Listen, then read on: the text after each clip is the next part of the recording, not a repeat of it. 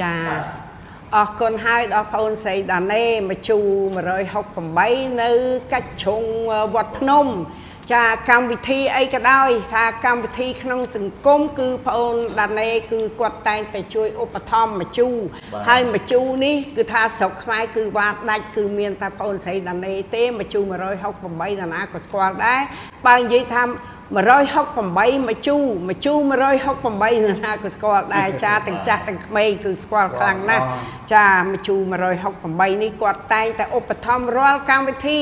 ឲ្យតែកម្មវិធីក្នុងសង្គមគឺបងអូនស្រីតែងតែជួយចាអញ្ចឹងអរគុណណាបងអូនស្រីនេះបានយកមកនេះចែកចាយដល់ក្រុមសិល្បករនឹងទាំងអស់សិល្បករសិល្បការនេះកំពុងនាំគ្នាឃ្លានមកជូបានខ្ញុំសន្យាថាអត់អីទេបើឃ្លាននៅស្ងៀមបងចាត់ចែងឲ្យឆាតតែបងអូនស្រីដាណេភ្លាមថាអូនអើយសិល្បៈមកច្រើនណាស់ឥឡូវនឹង stand by នៅក្នុងសាលានេះអញ្ចឹងអូនឯងសុំមកជួយឧបត្ថម្ភមកជួ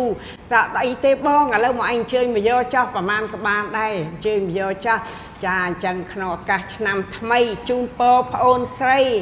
និងស្វាមីនិងកូននិងក្រុមគ្រួសារទាំងអស់សូមឆ្នាំចាស់ផ្លាស់ចូលឆ្នាំថ្មី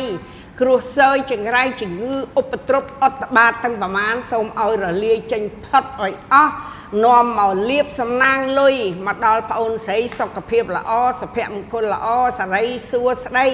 ហើយសូមឲ្យអតិជនគ្រប់ត្រមកជួ168ចាឲ្យកាន់តែច្រើនចាអរគុណដាណេអរគុណច្រើនអូន